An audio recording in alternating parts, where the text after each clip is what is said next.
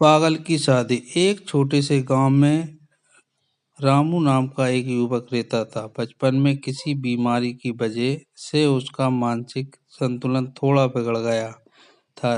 लोग उसे पागल कहकर चिढ़ाते थे। वह मासूम था, किसी का बुरा नहीं चाहता था, लेकिन उसका व्यवहार कभी कभी अलग रहता था, इसलिए गांव वाले उसे गंभीरता से नहीं लेते।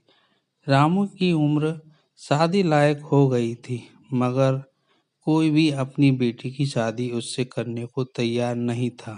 उसके माता पिता रोज रोते और भगवान से दुआ करते कि कोई तो उसकी संतान को अपनाए। इसी गांव में एक लड़की रहती थी, सीता। सीता का दिल बहुत बड़ा था। वह जानती थी कि रामू भले पागल कहलाता हो, लेकिन उसमें सच्चाई और मासूमियत है। वे हमेशा कहती थी, पागल वे नहीं जो मासूम हो, पागल तो वह है जो दिखावे और स्वार्थ में डूबा रहता है। सीता ने सबके सामने घोषणा कर दी कि वह रामू से शादी करेगी। पूरा गांव हक्का बक्का रह गया। सबने उसे समझाया, पागल से शादी करोगी तो जिंदगी भर रोगी। लेकिन सीता ने मुस्कुराकर जवाब दिया, अरे भगवान ने मुझे हिम्मत दी है तो मैं उसकी जिंदगी रोशन करूंगी।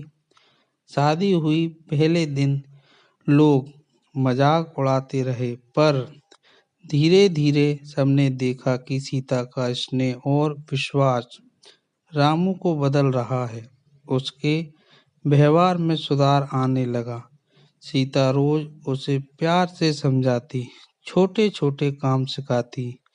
कुछ सालों बाद रामू खेती बाड़ी और घर के सारे काम करने लगा। अब गांव वाले जो उसे कभी पागल कहते थे, वही उसकी मेहनत और सीता की हिम्मत की तारीफ करने लगे।